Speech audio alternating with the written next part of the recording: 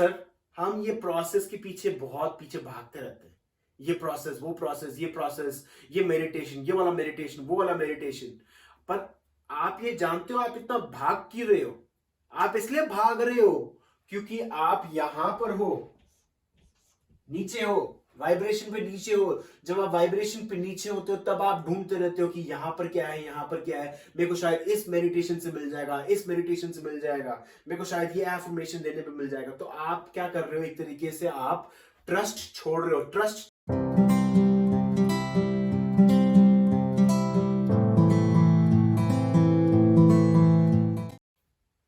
Hello friends, welcome to the vibrational channel. मेरा नाम जतिन है। इस चैनल पे हम बात करते हैं लॉ ऑफ अट्रैक्शन और स्पिरिचुअलिटी के बारे में। ये एक प्रोसेस सीरीज है। अगर आपने पुराने वाले प्रोसेस नहीं देखे हैं तो मैं हाईली रेकमेंड करता हूं आप पुराने वाले प्रोसेस जाके देखिए। ये प्रोसेस सीरीज में हम बात करते हैं एब्राहम हिक्स, जो लॉ ऑफ अट्रैक्शन की जानी मानी ऑथर हैं, और उनकी जो प्रोसेस है उसके बारे में बात करता हूं इस प्रोसेस सीरीज में। आज का जो प्रोसेस है जिसका नाम है process number 5, book of positive aspects. Book of positive aspects. अब क्या होता है ये बुक ऑफ पॉजिटिव एस्पेक्ट्स?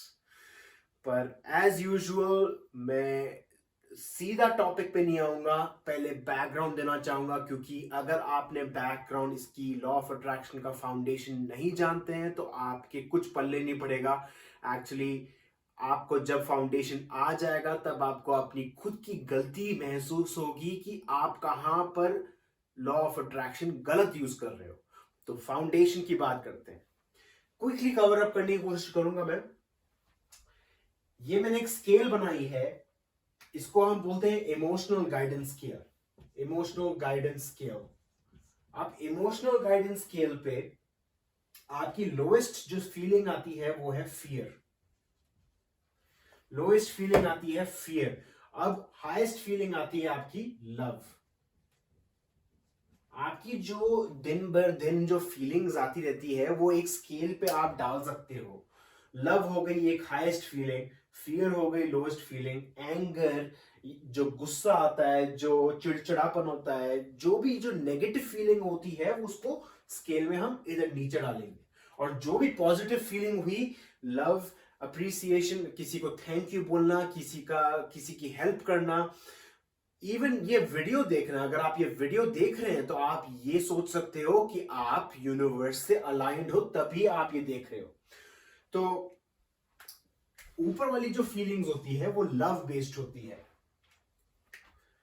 तो जब भी आप ऊपर वाली फीलिंग्स में होते हो आप अपने सोल से कनेक्टेड होते हो। सोल का मतलब एक तरीके से आप यूनिवर्स से कनेक्टेड होते हो, और तब आपका जो यूनिवर्स है आपको धीरे धीरे चीजें लेकर आता रहेगा आपकी लाइफ में।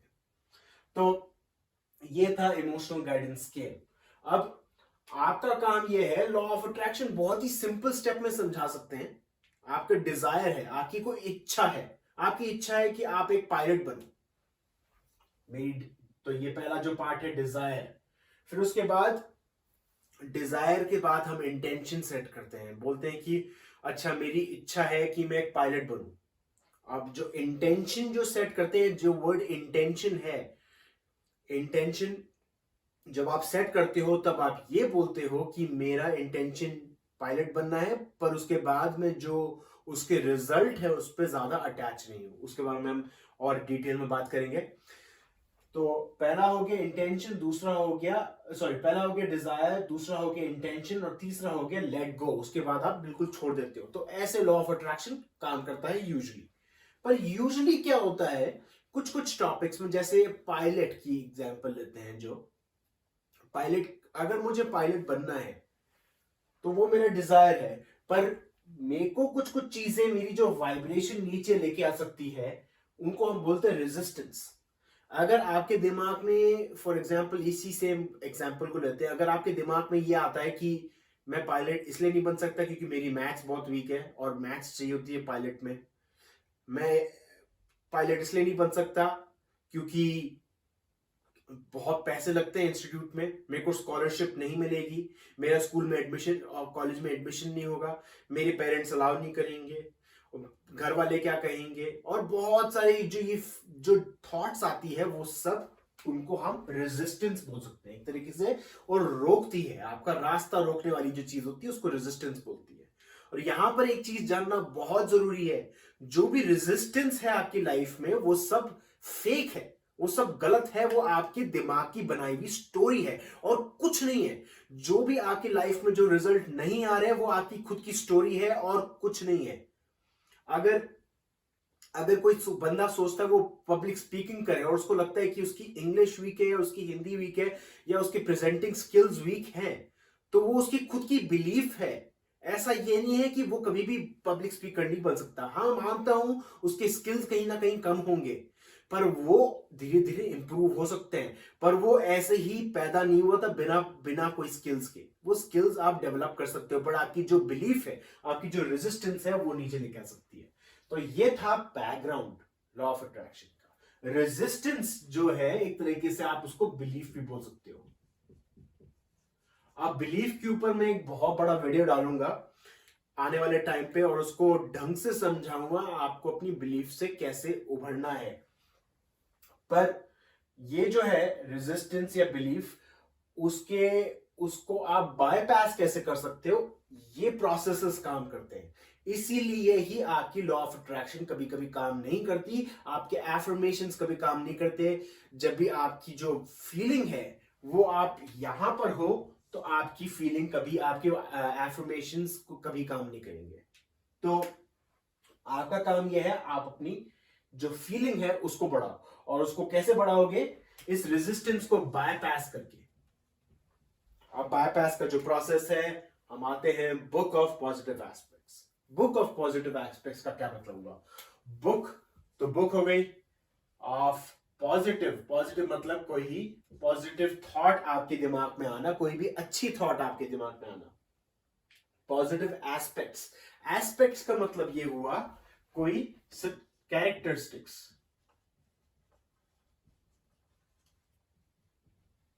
कैरेक्टरिस्टिक्स या उनकी डिटेल्स एक तरीके से। तो बुक ऑफ पॉजिटिव एस्पेक्ट्स। अब सिंपल प्रोसेस ये है, सिंपल प्रोसेस ये है, मैं ढंग से समझाऊंगा। आपका गोल है कुछ बनना या कुछ हासिल करना, पार्टनर, कोई पार्टनर लाना अपनी लाइफ में, पैसे लेके आना अपनी लाइफ में, अपनी बॉडी को स्लिम करना, अपनी अच्छी फिजिक बनाना, बेबी बॉर्न करना, या कुछ भी आपकी जो गोल्स हैं, कुछ भी आपकी जो चीज है, उसको हम डिजायर बोलते हैं एक तरीके से। जो भी आपकी चीज जो आप चाहते हो वो आपके डिजायर बोलते हैं उनको। अब वो डिजायर आपकी लाइफ में इसलिए नहीं आ रहे क्योंकि आपकी जो रेजिस्टेंस है वो रोक रही है, जैसे हम बात कर चुके हैं। अब ये प्रोसेस है बायपास करना आपका रेजिस्टेंस। तो आप इस चीज के बारे में नहीं सोच के कोई और चीज के बारे में सोचोगे जो आपको अच्छा फील करवाती है। तो नंबर 1, आप एक अच्छी नई बुक लोगे, ब्रांड न्यू बुक लोगे, या जो आपके पास एग्जिस्टिंग बुक है जिस पे आप दूसरे प्रोसेसेस कर रहे हो, उस बुक को खोलिए। उसमें आप पहले लिखिए नंबर 1 पे आपका डिजायर क्या है, आप चाहते क्या हो, आपकी लाइफ में क्या चीज ऐसी आएगी जो आपको लगता है आपको खुशी मिलेगी उससे, है ना? तो अगर आप ये लिखते हो, आपका डिजायर है, जैसे मैंने पहले एग्जांपल लिया, आपका डिजायर है पायलट बनना, या मैंने यहां पर एक अच्छा सा एग्जांपल लिया जिसका नाम है रिलेशनशिप। अगर आप चाहते हो आपकी लाइफ में रिलेशनशिप आए, काफी टाइम से आप कोशिश कर रहे हो आपकी लाइफ में कोई पार्टनर आए, कई सारे लोगों के साथ आप डेट पे गए, कई सारे लोगों से आप मिले, कई सारे लोगों से आप बातें हुई, पर उनसे ढंग से जो आपका मैटर है वो नहीं बैठा। तो आप कैसे करोगे? पहले तो आप अपना डिजायर लिखोगे कि आई वॉन्ट अ पार्टनर, मुझे एक पार्टनर चाहिए मेरी लाइफ में, मुझे मेरे हस्बैंड चाहिए, वाइफ चाहिए। तो वो लिखोगे आप। अब दूसरी बात पे लिखोगे कि प्रॉब्लम क्या है। प्रॉब्लम यह है कि आपको पार्टनर नहीं मिल रहा काफी टाइम से।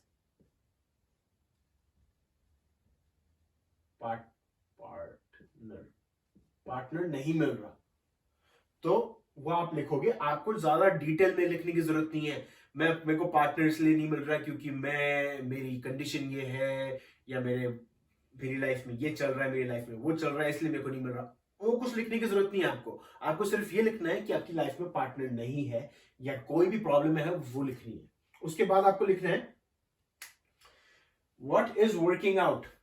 अब ये सोचो आपकी लाइफ में कौन सी चीज काम कर रही है। तो मैंने यहां पर दो चार चीजें लिखी है। I am still able to meet people, people are helping me. मैं जानता हूं या मैं जानती हूं कि मेरी लाइफ में पार्टनर नहीं है, पर एटलीस्ट मैं लोगों से मिल पा रही हूं या मिल पा रहा हूं और मेरे को मेरी चॉइस मिल रही है कि मैं अपना पार्टनर सेलेक्ट कर पाऊं। तो वो एक अच्छी बात है, क्योंकि कई सारे लोगों को वो चॉइस नहीं मिलती है कि वो अपना पार्टनर ढूंढ पाए। तो एक तरीके से आप वो लिखोगे I am still able to meet people, मैं अभी लोगों से मिल पा रहा हूं। दूसरी दूसरी बात लिखोगे पीपल आर हेल्पिंग मी, मेरे पेरेंट्स मेरे को हेल्प कर रहे हैं, मेरे चाचा मेरे को हेल्प कर रहे हैं, मेरे ब्रदर मेरे को हेल्प कर रहा है, या ऐसे करके कुछ ना कुछ आप पॉजिटिव फीलिंग ढूंढो। मैं आपको नहीं बता पाऊंगा, कोई भी आपको नहीं बता पाएगा, सिर्फ आप अपने आप को बता पाओगे आपकी लाइफ में कौन सी अच्छी चीज चल रही है। जरूरी नहीं है वो कि आपके इस टॉपिक से वो मिली हुई हो। ये भी बोल सकते हो कि मेरी लाइफ में पैसा आ रहा है, मेरी लाइफ में मेरे पास नई गाड़ी है, मेरे पास नया आईफोन है, मेरे पास इतनी सारी बुक्स है, मेरे पास पेरेंट्स हैं, मेरे पास ये है, मेरे पास वो है, मेरे पास खुशी है, जो भी है। तो आप वो लिखोगे व्हाट डू आई लाइक। तो नहीं, पहले हाँ sorry, what is working out for me, उसमें आप लिखोगे ये सारी चीजें। उसके बाद आता है people in my life are supportive. So आपकी लाइफ में कैसा क्या चीजें हैं जो चल रही हैं आपकी लाइफ में, उसके बारे में और डिटेल में लिखोगे। तो ये हमने कवर कर लिया point number 3। Point number 4, point number 5 में what are the best things. अब यहां पर चालू होती है आपकी वाइब्रेशन चेंज होना। तो अभी आपने ये लिख रहे थे कि मेरी लाइफ में पार्टनर नहीं है, क्यों, वो बहुत बड़ी प्रॉब्लम है, पर एटलीस्ट मेरी लाइफ में ये दो चार लोग सपोर्टिव है, मेरी लाइफ में ये है, मेरी लाइफ में वो है। अब उनमें से आप चीज सेलेक्ट करोगे, जो आपने लिस्ट बनाई है मेरी लाइफ में कौन सी अच्छी अच्छी चीजें चल रही है, उस लिस्ट में से आप ये सेलेक्ट करोगे कि कौन सी उनमें से आपको सबसे ज्यादा अच्छी खुशी देती है। तो फॉर एग्जाम्पल, जैसे मैंने बोला कि मेरी लाइफ में आईफोन है, मेरी लाइफ में पैसा है, मेरी लाइफ में जॉब है, पार्टनर नहीं हो पर मेरी लाइफ में जॉब है और पैसा है। तो उसके बारे में आप डिटेल में लिखोगे। उसके बारे में आप लिखोगे कि मेरी लाइफ में पैसा है, मेरी लाइफ में अच्छी जॉब है, मेरी लाइफ में जो बॉस है वो बहुत अच्छा है, बॉस बहुत सपोर्टिव है, जॉब मेरे को बहुत अच्छा पैसे देती है, मेरे को घर से पिकअप करने आती, घर पे छोड़ती है, मेरे को नया उन्होंने फोन भी दिया है, मेरे को नया लैपटॉप दिया है उन्होंने, मेरे को फ्लेक्सिबिलिटी है काम पे, मेरे पास ये है, मेरे पास वो है। आप उस चीज के बारे में डिटेल में लिखोगे। या फिर कुछ ऐसे भी लिख सकते हो कि मेरी लाइफ में बहुत सपोर्ट है, मेरे फादर ने मेरे को बहुत सपोर्ट किया है, वो कभी भी मेरी जबरदस्ती किसी से शादी नहीं करवाएंगे, उन्होंने काफी सारे लोगों को सिलेक्ट किया है, देखा है, और उसके बाद उन्होंने मेरे को बोला कि ये पर्सन अच्छा है, उन्होंने बहुत सारी रिसर्च की है, वो मेरे लिए इतना सब कुछ करते हैं। काफी सारी चीजें उनके बारे में आप लिखते रहोगे, उस चीज के बारे में, वो जो चीज है आपके बारे में लिखते रहोगे। सो बेसिकली आप क्या कर रहे हो, आपकी लाइफ में मान लो 10 चीजें नहीं चल रही है आपकी लाइफ में, पर एक चीज चल रही है। अगर आपकी लाइफ में 10 चीजें आपके अगेंस्ट में हैं पर एक चीज आपकी लाइफ में चल रही है, तो आप उसके भजन गाने लग जाओ। वो एक चीज के बारे में भजन गाने लग जाओ, उसके बारे में इतना प्रेज करने लग जाओ, इतना अप्रिशिएट होने लग जाओ कि आपकी जो वाइब्रेशन है वो खुद ब खुद ऊपर आने लग जाएगी। जब वो खुद ब खुद ऊपर आने लग जाएगी तो रेजिस्टेंस को आप बिल्कुल काट दोगे, एक तरीके से बायपास कर दोगे, और उसके बाद आपकी जो लाइफ में आपके जो डिजायर है वो आ जाएगा। तो उसके बाद मैंने ये लिखा है कि what are the best things, उसके बारे में आप लिस्ट बनाओगे अच्छी सी। फिर उसके बाद 6th नंबर पे आप ये लिखोगे affirm how things are always working out for you. उसके बाद आप ये लिखो कि मेरी लाइफ में, आप इस टाइम पे आप विजुअलाइज करोगे कि मेरी लाइफ में इतना सब कुछ अच्छा चल रहा है, तो ये भी पॉसिबल है कि मेरी लाइफ में एक अच्छा पार्टनर आए। अब और फिर आप एक तरीके से अफर्म करोगे, डिक्लेरेशन दोगे, डिक्लेयर करोगे कि मैं जानता हूं या मैं जानती हूं कि मेरी लाइफ में ये अच्छा पार्टनर आने वाला है, और वो इसलिए आने वाला है क्योंकि मैं जानता हूं कि जो यूनिवर्स है मेरे को हमेशा सपोर्ट करता है, और यूनिवर्स की लाइफ में, यूनिवर्स की नजर में मैं यहाँ नीचे नहीं हूं, मैं हमेशा ऊपर हूं। और जब तक मेरा अच्छा मूड रहेगा तब तक मेरी लाइफ में वो अच्छी चीजें आती रहेगी। मेरा काम ये है बस मैं रास्ते से हट जाऊं, एक तरीके से अपने रास्ते को खुद खुद नहीं रोकूं, जिसका मतलब मैं एक तरीके से रेजिस्टेंस पे ज्यादा फोकस नहीं करूं, अपनी जो नेगेटिव बिलीफ है उस पर ज्यादा फोकस नहीं करूं। एक तरीके से आप डिक्लेयर करोगे लिखते हुए ये सारी चीजें। फिर उसके बाद ये कुछ टाइम तक आप ये प्रैक्टिस करो, उसके बाद एक तरीके से लेट इट गो, छोड़ दो उसको। जो आपने लिखा, मान लो आप ये 10-15 दिन तक ये प्रैक्टिस करते हो या 1 महीना करते हो, उसके बाद आप इसको छोड़ दो। बस मैंने अब ऊपर वाले के हाथ में छोड़ दिया। क्योंकि क्या होता है, अगर आप एक ये जो चीज है ये हर एक चीज पे एप्लीकेबल है। क्या होता है, सर हम ये प्रोसेस के पीछे बहुत पीछे भागते रहते हैं, ये प्रोसेस वो प्रोसेस, ये प्रोसेस, ये मेडिटेशन, ये वाला मेडिटेशन, वो वाला मेडिटेशन। पर आप ये जानते हो आप इतना भाग क्यों रहे हो?